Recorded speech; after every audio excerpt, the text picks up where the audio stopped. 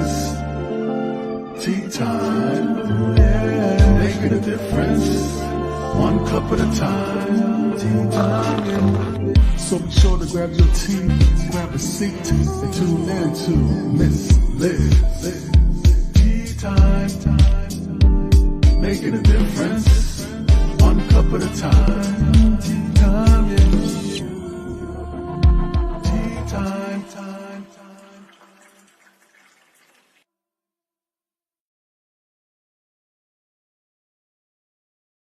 Well, welcome to Tea Time. You know what that means. It means it's storytelling time and words. And today I have the incredible Jose Pereira, Periel in the house. And he's coming all the way from the United States, but he's originally from Venezuela. So you see how Miss Liz gets all the different countries in there?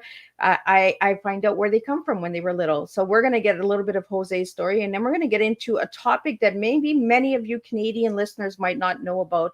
We're going to talk about the Seago 6 hostage situation. And Jose wrote a book called From Hero to Villain. And we're going to talk about his book today and all of that good stuff. And we're going to talk about his motivational speaker events and all that he just finished doing. And for all of my listeners out there, you know that Miss Liz was in Sean Fair in 2021. And Jose just spoke at Sean Fair. So we have that in common as well. It's a really small world out there.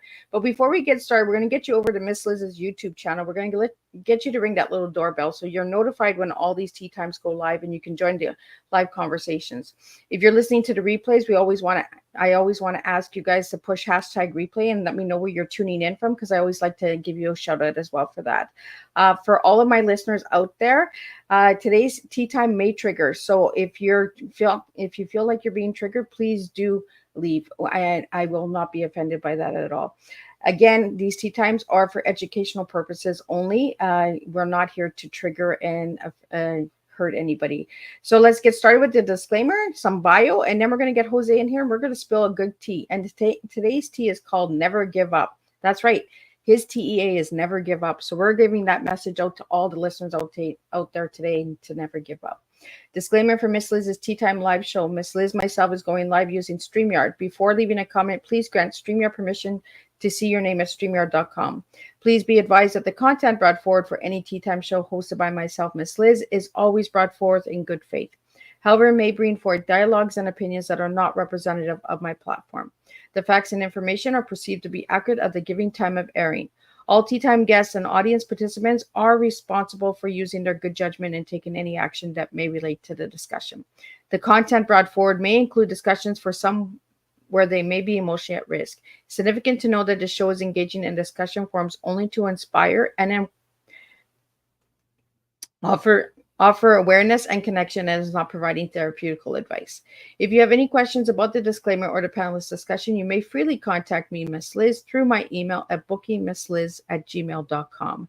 Moving forward, should you choose to voluntarily participate in today's show in any aspect, I myself, Miss Liz, welcomes you. And should you decide that the show is not made for you at this time, I respect those wishes and will see you at a later show at a later date and time. Again, all Tea Time shows are hosted on a Thursday, 3 p.m. and 7 p.m. Eastern Standard Time. If you see a show on a Monday, Tuesday, Wednesday, it's a rescheduled special or surprise tea time, because that's how Miss Liz rolls. So now a little bit on my guest. Well, my guest is patiently waiting in the back room, and we're going to get him up here in just a second.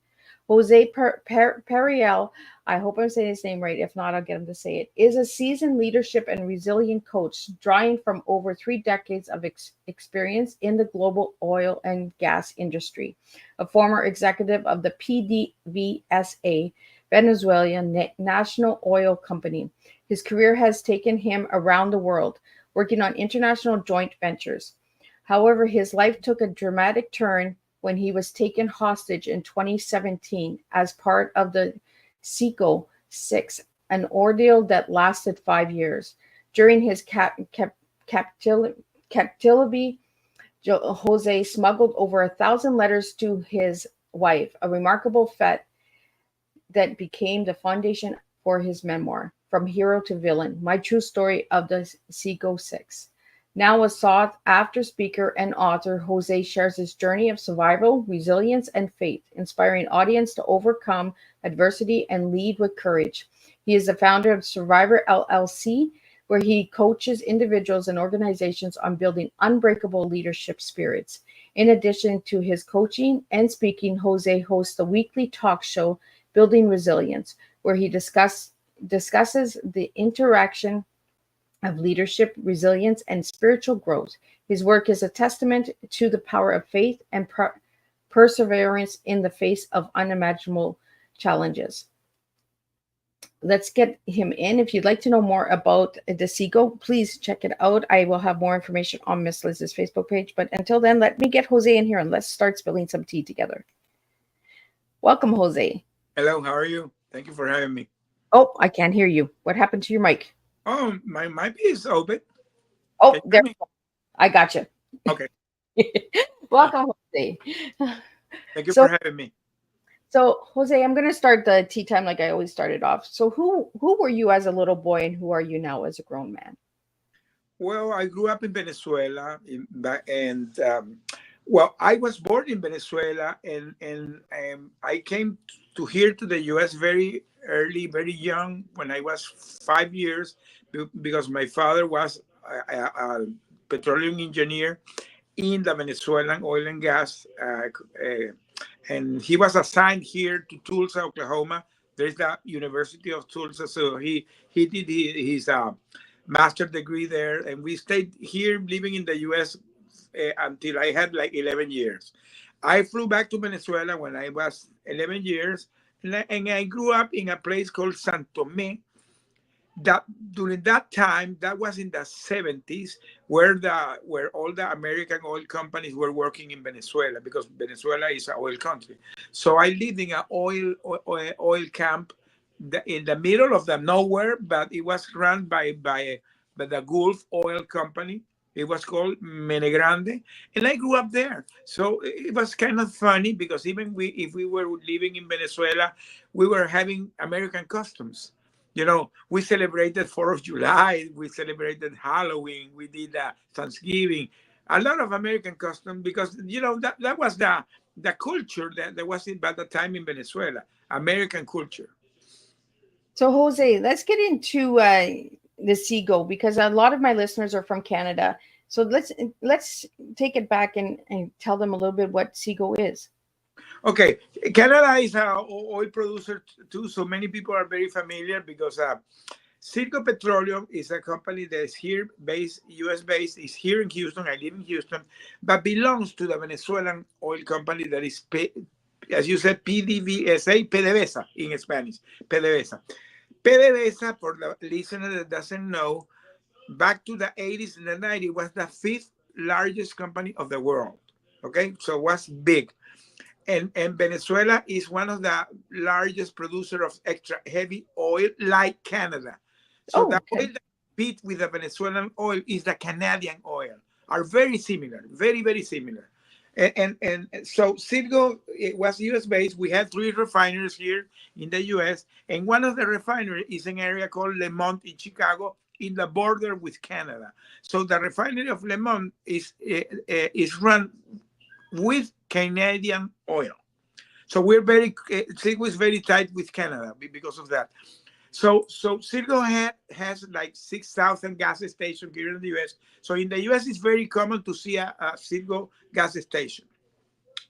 I came here assigned by my company, PDVSA, as a expat here to Citgo, and I became a Citgo worker. And at the end, I finalized being the CEO of the company. I began to be the CEO in 2017. So in 2017, something happened that changed your life forever, and you wrote a book about it and a memoir, and that's the book that we're going to be talking about today. So what happened in 2017, Jose? I was ready to get retired, because by that time I had 35 years long career, and the situation with Venezuela has been going bad. People, I don't know if in Canada they're familiar, but Venezuela became a communist regime. There are a lot of Venezuelans have flew out of the country. By the way, in Canada, there are a lot of Venezuelans today because of that bad economical and political situation. So all these things was going on.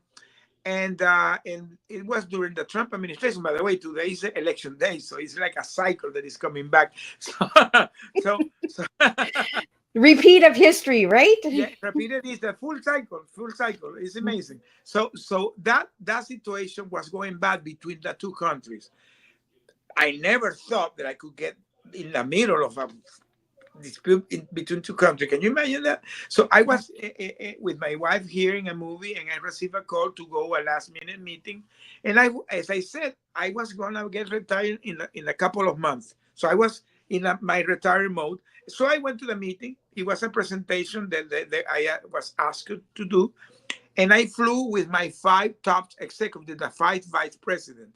So I was the president with the five vice president, kind of the board. And we went to the meeting, and it began to be a setup, man. It began to be an ambush. So we were taken hostage by the Venezuelan government because we were dual citizens, and they wanted to get some leverage with the U.S. And the decision they took was take us. They didn't have what to leverage, so they knew our case, and that's why we get caught in the middle of this political situation. And unfortunately for us and for my colleagues, it lasted 5 years, and that's part of the story that I tell in my book. Now, Jose, the title of your book, From Hero to Villain, tell us why you have that title. Because when I seen the title, I was like, okay, hero to villain. So he was a good guy, but then turned to the bad guy. Like, Well, but that is exactly what happened, because I was a good guy for in the view of PDVSA. I was like a hero. I did a long career, very successful, and I was going to that meeting. I was doing a presentation that we were revamping a refinery in Aruba Island. So I did a presentation. It was like 1,000 people, everybody standing, crowding, wonderful. And 5 minutes after came the guard, the military police, and we were in handcuffs, accused to be American spy. We became the worst of the villains. So that's why I became from being a hero, and 5 minutes after, I was the worst of the villains. So I decided to put it from hero to villain. well, it reminded me of Robin Hood. You know how I was just like, how did he become the hero and then go to the villain? Well, And then if you I've, go, I've if seen you go, work, Jose, and I'm just like, he's a good guy. Like, if you go to the recording, I have in my YouTube, I have the recording the day that the president of Venezuela announced that we were captured. He accused us to be a lot of things, that we committed treason to the country, that we did corruption, embezzlement, and we were the worst of the American spy that had been traitor of the country. So they accused us to be a lot. So we became like the villains of the story. wow.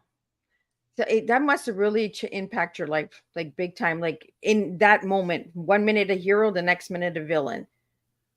I'm gonna say something here that maybe, and this story I tell it in my book.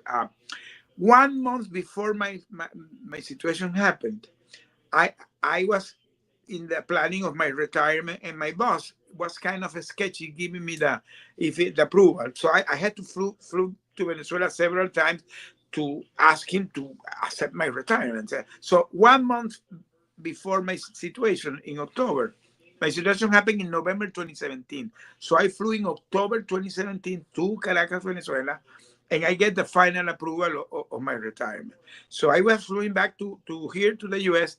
And when I was in the corporate plane, I was flying back. I received a call, and that call was my PR lady telling me that I needed to be next day in a closing of an event.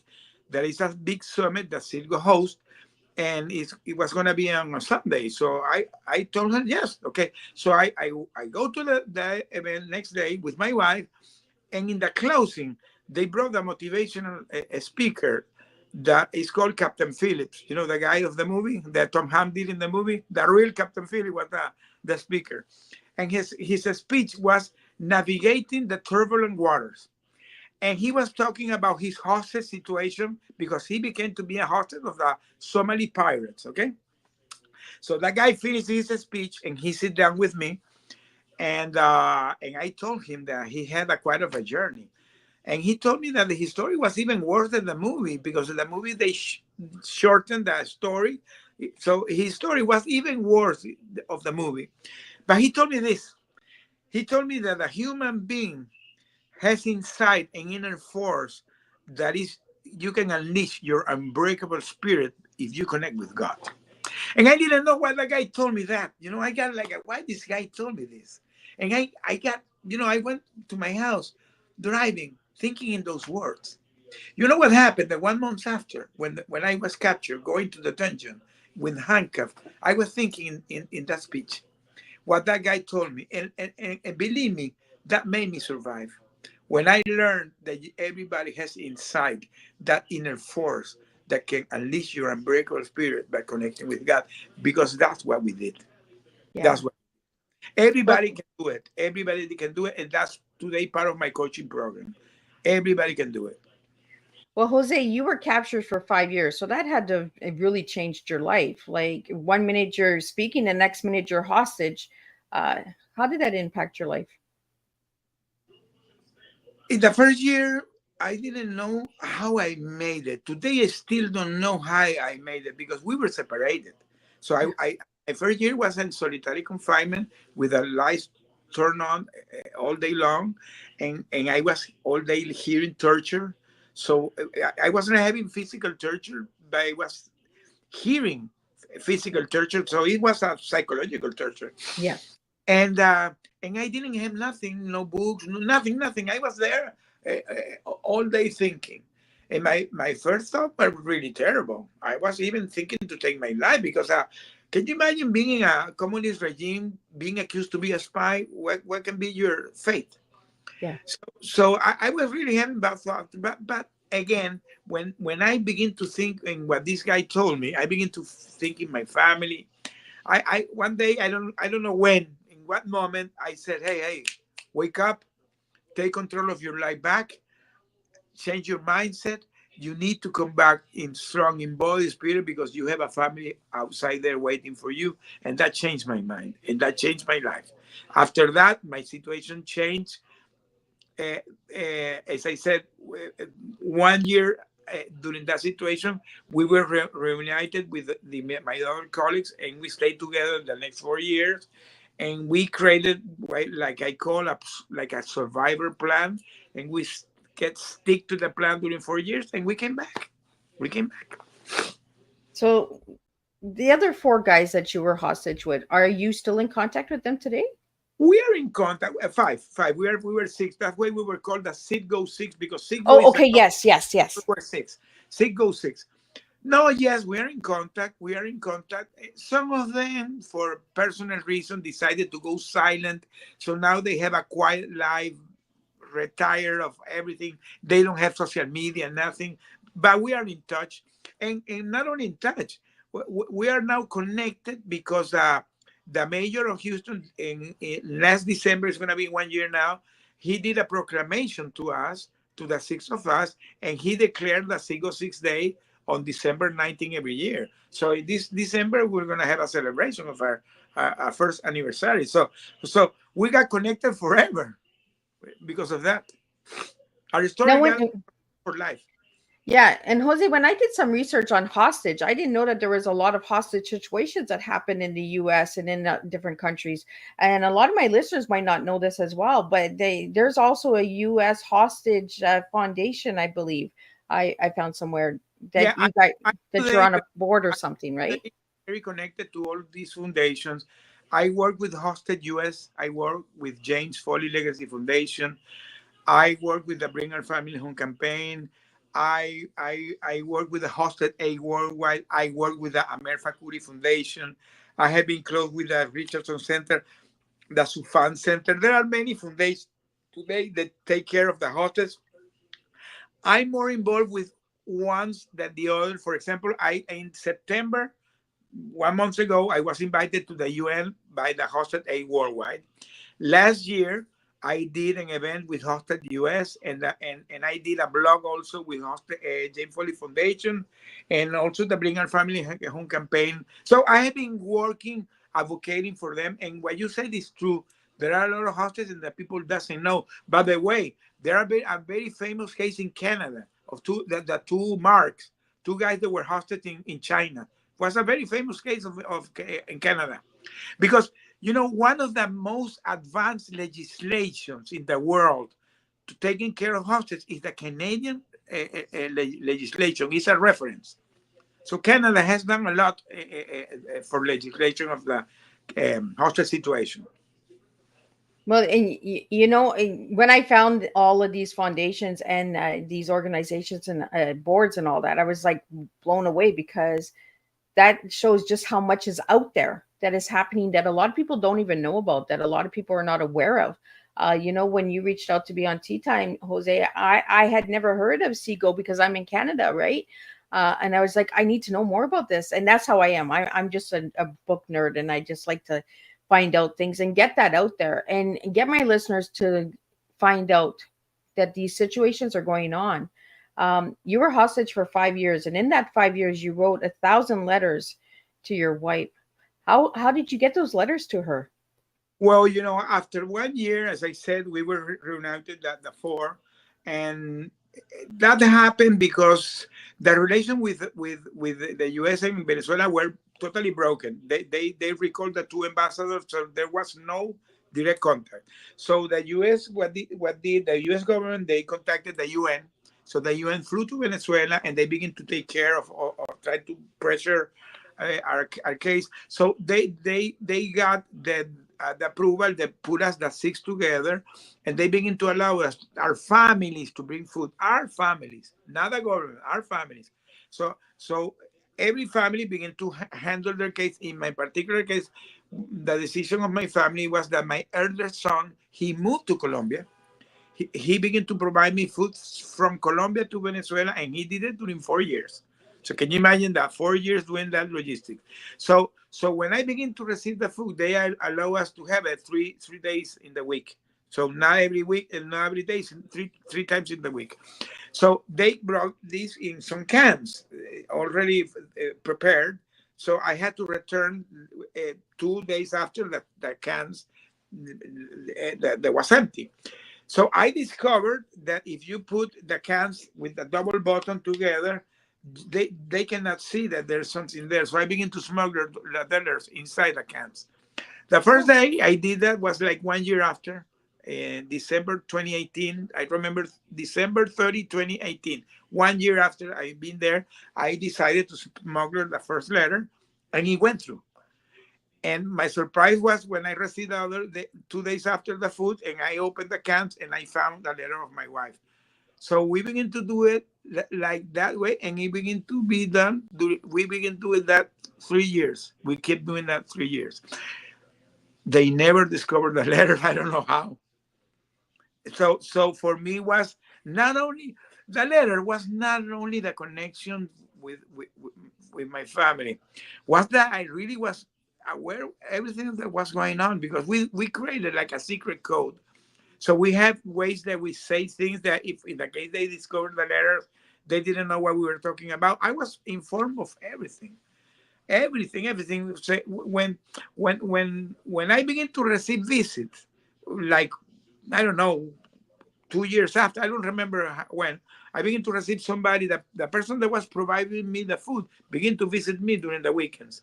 He got surprised how much I was informed, because she was telling me everything. So I knew all the negotiations that was going on, everything. I was very, very informed because of those letters. But those letters for me, when I came back, that I didn't know that my wife has compiled them. For me, it was a surprise when I saw that she has compiled all those letters, and not only compiled it, she put it in Word. So I already had the letters in Word. See, the book was almost ready. There you go. So I had a great foundation for the book. And when I began to read those letters to convert in the book, I cannot stop crying. I cannot stop crying because I saw all the suffering that I was going through, because that is the emotion that you will find in the book, because it's me talking in the jail. It's me talking in the jail. So you are going to be reading me what I'm saying in the jail. And I got surprised because I at the end of the book, I do a lot of reflections. When we were almost ready to be come back, because we were having visits of the ambassador Carson that was having direct negotiation. So we knew that it was a matter of time. So we were prepared to come back. in our mind, we were ready to come back. So now I'm infused with a lot of hope. Now I'm infused with a lot of faith because we were reading the Bible. We were in another moment. So when I had the opportunity to go back to those letters, at that moment, I told my wife, I don't believe I wrote this. It was incredible. But yeah, but I had that opportunity. And let me tell you something else. One of the directors of Hosted US, the foundation that you mentioned, he is a former hostage too. He was Oh, hosted wow. years ago. I'm not going to mention his name for confidentiality, but he's one of the directors. And when I begin to work with them, because Hostel US is a wonderful foundation that they provide you mental and physical support. They have a lot of therapies, psychologists that do advocacy with them. I have a therapist that I saw her this morning. We meet every Tuesday since I came back. Now we became friends. So and when he knew that I had the letters, because I had told the guy that was talking with me the story that I had the letters that I wanted to convert in a book. He called me. Hey, Jose, I want to have a Zoom with you. So this guy, I told him how I did with the letters. And he told me, Jose, when I came back, he wrote his book after 3 years because for him it was difficult to go back to the story. He told him, man, what a blessing you have that you have those letters, because you don't have to go back to your memories. You have it there. Everything is Yeah. there. So he was like, wow, you have your letters. He was like, oh, I'm being jealous of you. Well, Jose, have you ever asked your wife how she felt when she got that first letter? Yes, yes. Let me tell you, I'm encouraging my wife to write her book too, because she has quite of a story too. Because I'm talking about my story, but Yeah. her story. Because what happened is when you're in a situation like this, and this is something that today I talk, when you go into any situation in life, you are in your situation, and it depends of you how long you stay or not stay in dealing with the when you grieve and you decide to move on. But the problem is the family, because the family doesn't know what's going on. They don't know what's going on with you. I stayed months without talking with her. Months. She didn't know what was going. She didn't know how I was. So it becomes a big suffering for the family, and they put their life in pause. So when she received the first letter, she was scared to death. When she received my first letter, she said, "Oh, this is gonna be." She didn't sleep that day because she was really scared. Yeah. The risk I have taken. Well, she was probably fearful that something might happen if somebody found Of out about that course, letter, of right? course, of course, of course. Yeah, definitively. Yeah. So, Jose, has that brought you and your wife closer together? I'm sorry, say. Has that brought you closer together, this situation? Oh, wow. I cannot say it more. Of course, of course. I'm a guy that today I'm not the same guy that I was before. And this is something that today is part of my coaching program, because I discovered that you can be successful in a business, but you need to have a personal fulfillment. And I was missing that piece. And I went through a lot of reflections. And today I'm a man of God. I do church service with her. By the way, today we were talking about that with my therapist. We had like 1 month without talking, and I was telling her all the things that I have been doing this month. I've done a lot, and I told her name is Daisy. I said, Daisy, the beauty of everything that now Melvis and me are so close. We do all everything together. In my previous life, I even didn't take her a call. I didn't have time for her. I was always busy. I was a busy guy. That's why I tell the people, hey, take care of your personal life. Yeah. Go to your family, hug your kids, say that you love them, because you never know when you're going to miss them. And believe me, you miss them. You miss Yeah. them. Well, and that's what it happens, right? Challenges in life, situations in life really make us see what really is important to us. Business and all of that is nice, but family, that's who we have to take care of, right? We have to take care of our home first. Yeah. So, Jose, When you travel now, do you get fearful? I have not gone outside the U.S. yet. I'm gonna do my first travel outside the U.S. in January. That I got invited today, by the way, to go to an event in London. So I'm invited to go in January in London, in March in France. So they're going to be my two abroad. And let me tell you, yes, I'm not going to lie here. Eh, I have a case. I have a friend that we're friends today. He was a hostage in an African country. I'm not going to mention because maybe the people will recognize him. Well, that guy, he came back and he was invited to receive an award in London last year. And when he went to Heathrow, he had a red Interpol flag, and he had a bad time. They was going to put him in jail, so the U.S. embassy had to intervene. The State Department had to intervene in their case. So I'm before traveling, I'm gonna call the people here and that take care and say I'm gonna travel. So I want to be safe, you know. Yeah. Well, I can imagine, going through that situation. You were in your own country and you got hostage. So to travel again.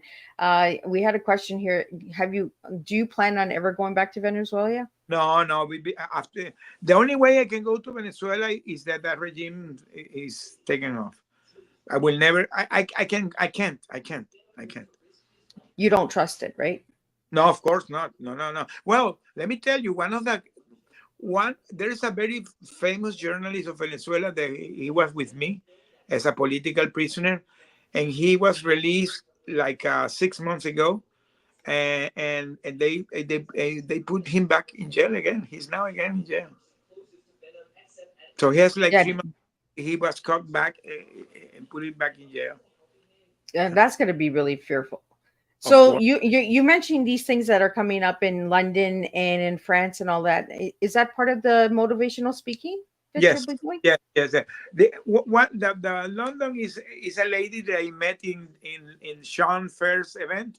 She's from London, wonderful lady. We did a great connection, and she called me this morning. She said when we were there in Detroit, she told me, "Hey, because the people got so blown their mind my story."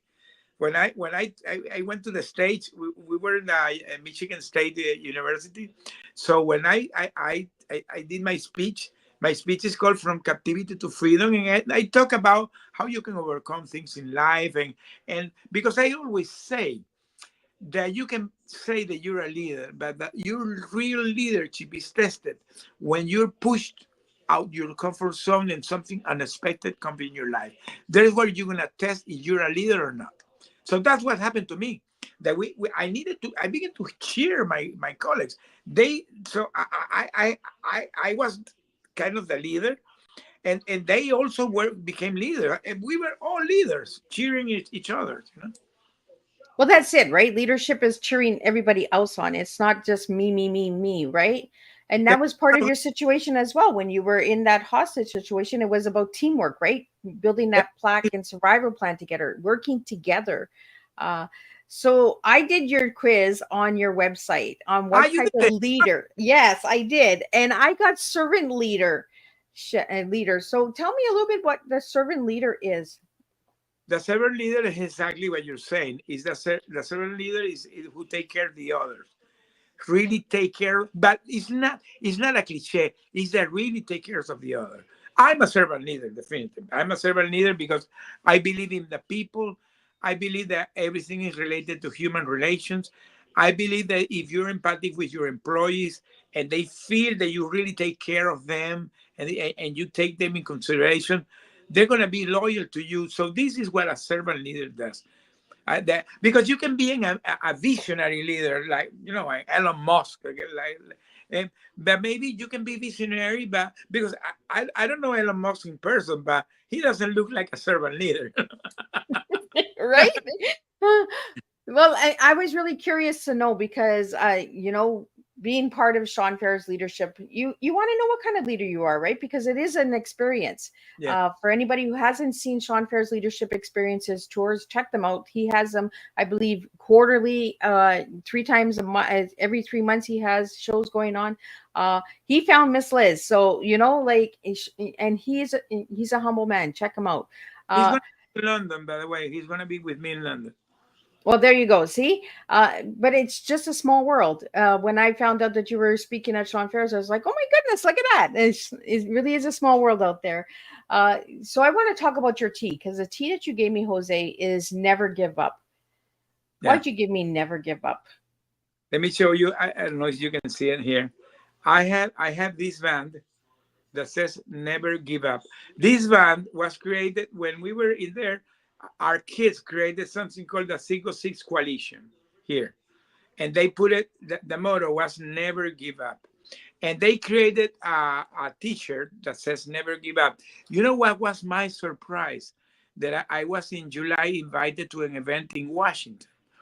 And I was invited to go to the State Department to the people that get us released. They did like a gathering with them. So 2 years after, meeting with us and knowing how we're doing. And when I came in the building of the State Department, and I go into the office of this group, the first thing that I found in the entrance was beside the U.S. flag was the T-shirt that said "Never Give Up," and an award that we give to the ambassador Roger Carson, because we called him Captain America, and we gave him a Captain American award. So he has it in the entrance of the building. You can see the T-shirt that says "Never Give Up," and you see the Captain America. So for me, it was proud, because really never give up for me is today my motto. In your life, anything that you're going in your life, never give up. If you fail or you fall, stand up and keep going, and keep going, and keep going, and keep going, and never give up, because that's what we did. That's what we did. And if anybody that's hearing this does that, at the end you will be successful. Because imagine, I'm today very fan of the Bible. Think about the Bible people, anybody, Solomon, Joseph, Abraham, whoever, Paul. All of them have the same pattern. They always went through severe adversities in their life, and they made it. And you know Absolutely. why they made it? Because first they had a calling, but they never gave up. That's why they made it. They always. So that's today. When somebody today say me, "Hey, that's impossible," for me, nothing is impossible. Right? It's changing the programming that we're being told that we can't do it, that it's not possible. Yes, it is. You might fumble, you might fall, you might need to get up 10 times, 11 times, 12 times, but you can do it if you never give up. I really love that never give up, because we talked about this yesterday with my guests about the universe giving us these messages and giving us these signs that if we really pay attention, it's there. And your sign was to never give up. In year one, you were thinking, the worst, and then you were something that light clicked on, and you were like, nope, can't give up. Mhm. So today, yeah, with your children, Jose, because you have children, how do your children feel about you and you becoming a motivational speaker and sharing your story? That's a great question. My kid doesn't believe that, because in my past I was like, I didn't have social media. I was like invisible because I didn't like nothing. So they don't believe that I'm all over today. They love it because they know that I feel passion for that. But for them, at the beginning, is serious, Dad, you want to do that? When my son came back, that one that was in Colombia providing me food during 4 years. He came back. I came back in October 2022. He came back in January 2023 because he had to set up everything to come back here to the US. And when he came back, he told me, "Hey, Dad, I'm done with you." I'm done with you. That's it. I'm on. Sayonara. See you later. So, Jose, how many kids do you have? I have three kids. All of them are grown up. John has 37. Joao has 33, going to 34, and Sarah has 27. And I have Oh, three grandkids. so you're a grandpa too. I'm a three kids, grandpa. Yes. So how does that make you feel being a grandpa? For me, it's great. I have a story with my eldest grandson, Sebastian, because he was living with my son in Colombia, and my son always was lying to him about my situation. Was telling that the grandpa was in meetings, flying. That he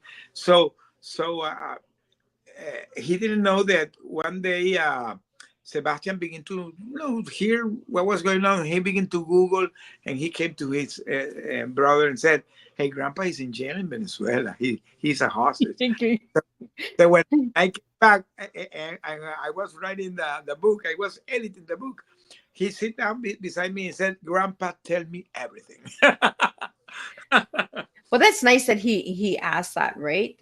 But when he heard the word hostage, did he understand what hostage meant? No, no, no, no, no, no, no, no. Of course not. I had to explain it. The people, the the hostage world is a world that for me is kind of bizarre, because typically the person that go to a situation like me are high stake people, but not politicians. Okay, maybe you can be a businessman, or you can be a religious authority, or a pastor, whatever, because they take you, and it has to be somebody that can be some interest to the government. For example, if they take a Canadian hostage, they want somebody they can leverage.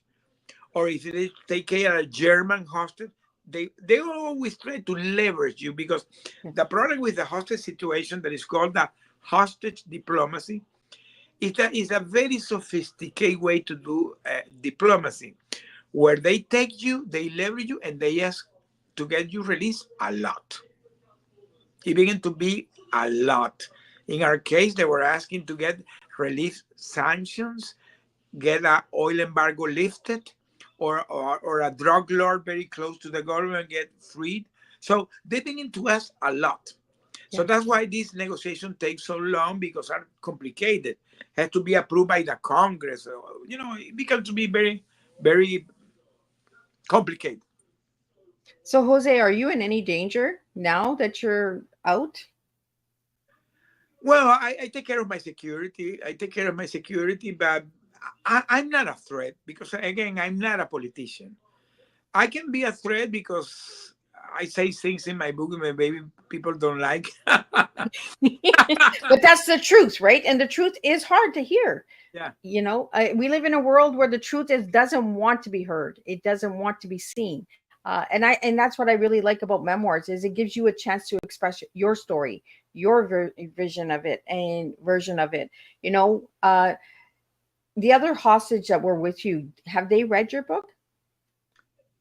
I never have asked, to tell you the truth, because the way I did my book, let me tell you something. That's why my book is called My True Story of the Circo Six. I was very clear to put it that is my story, because my book is based on my letters. That means it's my very personal journey. I was very respectful in my book, and I do a big disclaimer in the beginning. If you read my book, the first section is a disclaimer, where I disclaim that for respect of them, I don't mention them. I don't mention them, and the only mention of them is the day that we went to the plane, because they were with me in the plane. But after we were captured, I don't mention them. So for is I talking about my story, because I wanted to be respectful. Because, for example, Jorge, he's gonna write his book. I believe he's gonna release it next year. He's gonna tell his story. Maybe they're gonna be similar, because we were all together, but everybody is telling the story from their point of view. So I was very respectful that given the chance that anybody can, if there want to be six books, they're going to be six books. Well, and that's the importance that we need to get out there, right? Is it's your story, your personal story, and there might be different versions of it because that's their version of how they went through and what they experienced. You were able to express it with your wife with the letters. Were other hostages able to write letters to their loved ones? It's really funny, but yes. And you know why? Because when they knew that I was doing the letters, and I had all the logistic. I became like a courier for all the other guys sending letters. At some point, I was sending in the camp 6 letters. So it began. At some point, they began to do that. But yes, everybody at some point was having contact because we needed to do it because we were in isolation. Can you imagine having 10 months without knowing about your family? Yeah. It's crazy. Jose, let's get into that because you were gone for 5 years. So how did the world change for you for 5 years when you That's came back? a great question, and that's gonna be my second book. So be ready. My second book is gonna talk about the life after you come. You come like you're coming in a time machine. That's the best way to express this. Imagine that you have been lost in translation in the space, and you appear 5 years after in a world that you don't recognize.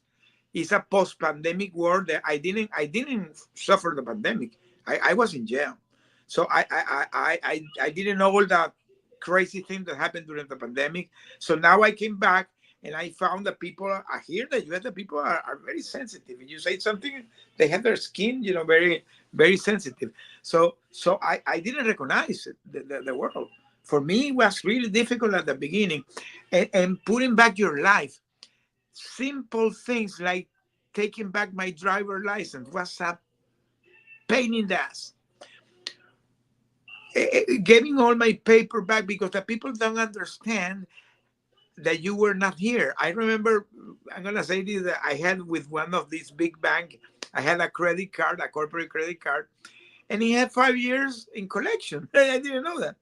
So when I came back, I found that in hosted US, one of the things that they do is help you in reorganize all your finances. So I, with the officer of hosted US, talking with the officer of the bank, and they were explaining, we represent hosted US, we take care of hosted that we're here in representation of the US government, blah, blah, blah, blah. And he did that speech to the officer. That guy didn't understand what was going on. He was treating me like I was a guy that was laid off of a job the day after. And I told the guy, hey, what part of the story didn't you get that I had 5 years being hostage? So the people don't get it. Yeah. The people don't get it. It's difficult. Well, I say this all the time, Jose. If you don't live it, you don't understand it. And it's hard for people to understand because they don't put themselves in that situation. Yeah. They're fast to judge it, they're fast to misunderstand it, or they're fast to say, oh well, that's just an excuse, get over it. That was your story, now you're back, let's get back to work. Get over it, get over it. We hear that a lot, right? Especially when you go through challenges and struggles in life, we always hear that. Oh, you know what, get over it, just move on. So have you gotten that from a lot of people? Yes, of course, a lot, a lot, a lot. But that's why I decided to begin to talk.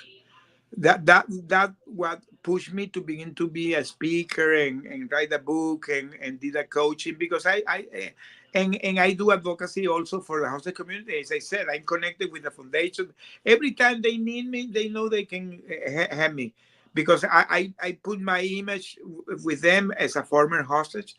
And one of the things that I decided to do this is exactly to try to, the people understand more about this because the people don't get it. The people think that when you come back, it's a love story, the end of a tribulation, love story. No, it's another round that is coming. That's why I decided that my second book is going to talk about that. Well, there's a lot of healing journey, a lot of trauma, a lot of Of course, triggers. I begin to have PTSD event. My therapist, Daisy, she told me because I was thinking that I was okay, and she told me be aware because you can begin to have triggers. And I had my first trigger like 1 month after I came back. It was a big trigger. I was, what's going on with me? I did because things like, for example, this guy, they when they lock us in the jail, they did have this big sound with a lock. Clunk, clunk. Every time I heard that metallic sound, I begin to shake. I cannot not hear somebody yelling me near to my eyes because that's what this guy did to us. So there begin to be a lot of triggers, and but I'm gonna say here openly that Daisy has been a blessing because she began to manage my therapy in a way that I could begin to l- go back to normal. For example, she began to do regression with me, and I could go back to the jail and talk with the Jose that was there and hug him and tell him that we're free, that let it go. I began to swim in the nights, and I was swimming with him, and I let him go in the water. So I began to do things that she began to teach me how to do it, and that began to heal me.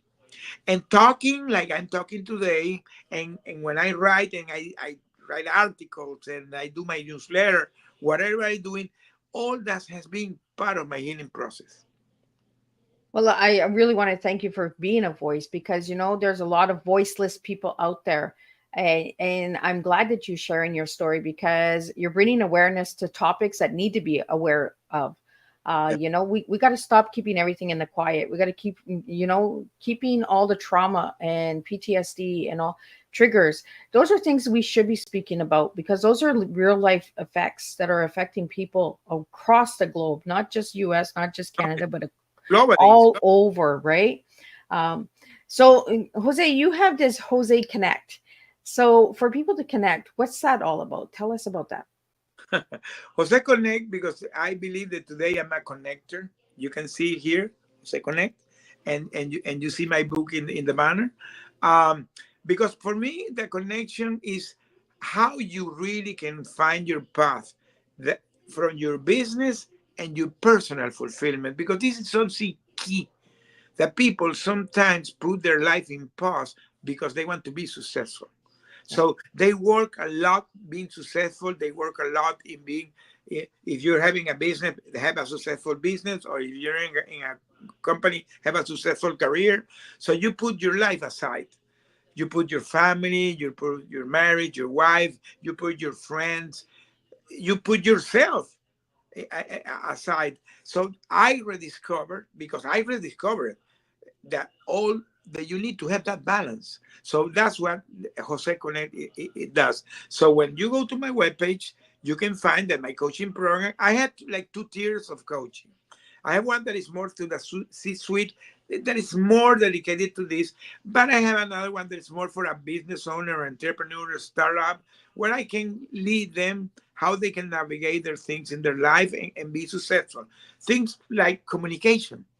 People sometimes struggle to have a good communication with their employee, or being empathic with their employee, or really having a clear vision that you want to transmit to your employee.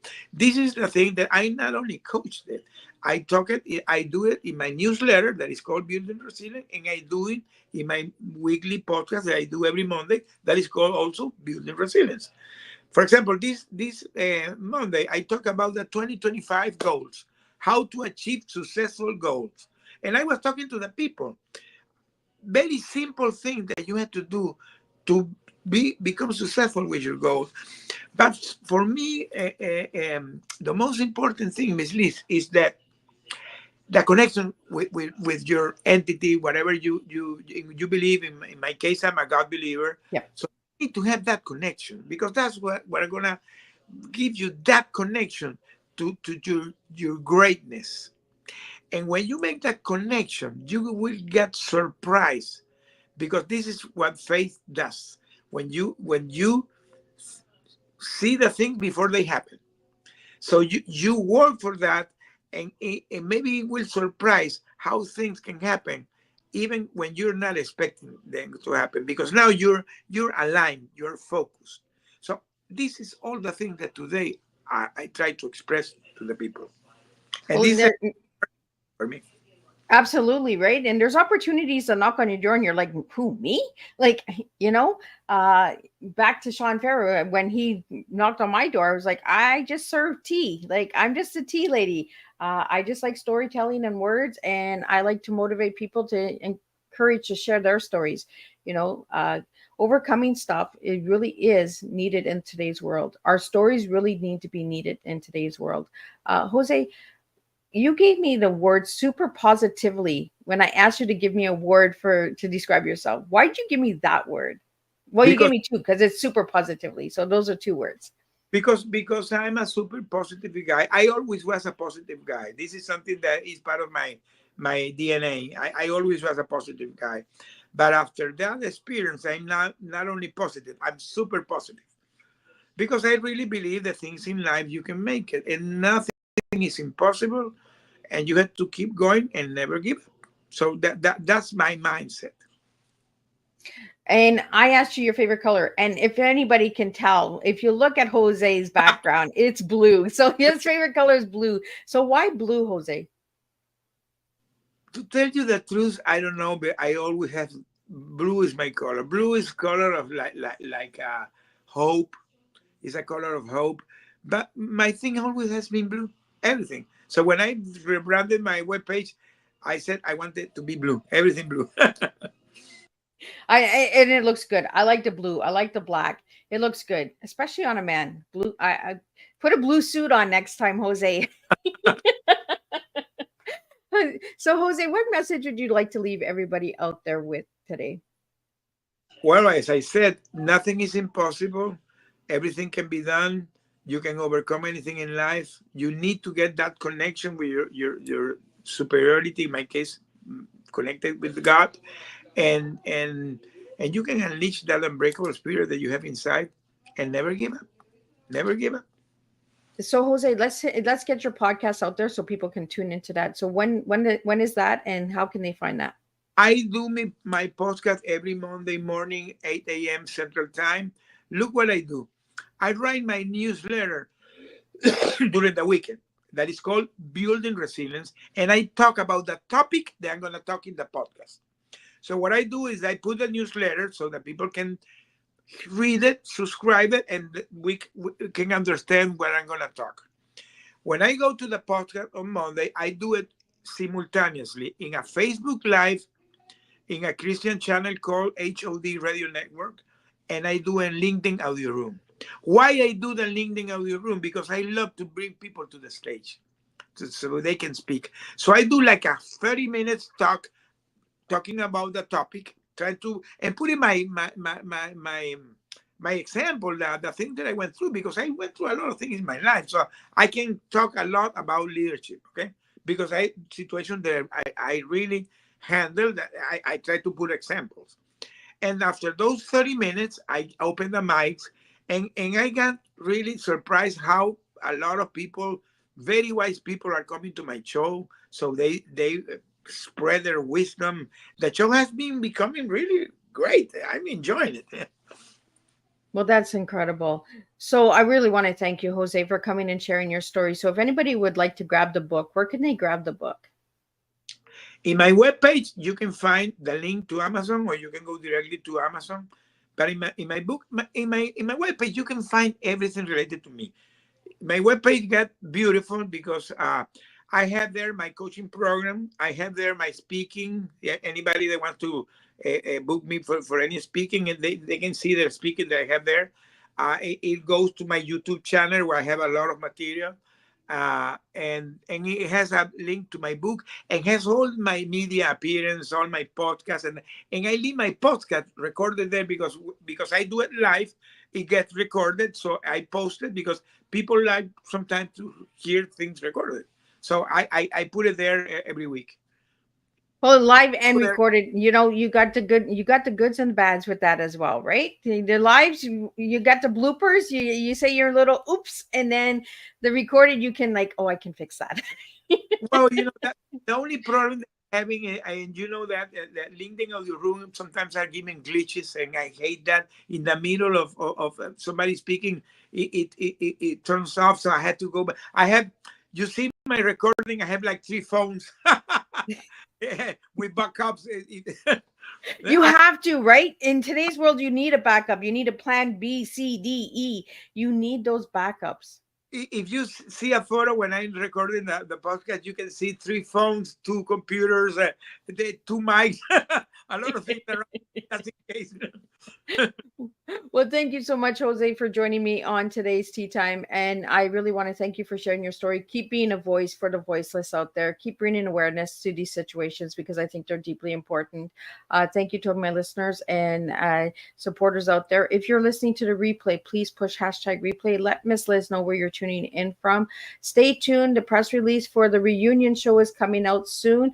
Also, the press release for December's lineup will be coming out. And we will be back Thursday with two incredible teas as well. We have in the morning. Susan Carlis is coming, and she's sharing her son's story about heart transplant and organ transplant, the importance of that.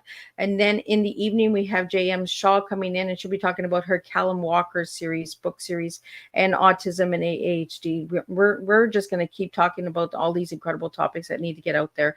If you'd like to know more about Miss Liz, check out Miss Liz's website at www.misslizsteatime.com. And I will see everybody on Thursday, same time, same place. And we're going to serve tea all over again, Miss Liz style. And we do have a couple comments that I just want to put up here. Thank you, Bruce, for tuning in again. He's saying thanks to you, Jose, for being here today. And we will be back Thursday, same time, same place. And we'll do this all over again. You know how Miss Liz rolls. We don't do beverage. We do storytelling and words. So until then, keep serving your tea. Keep being real and keep being true to yourselves. And we'll make a difference one cup of tea at a time. Thank you. Thank you for having me.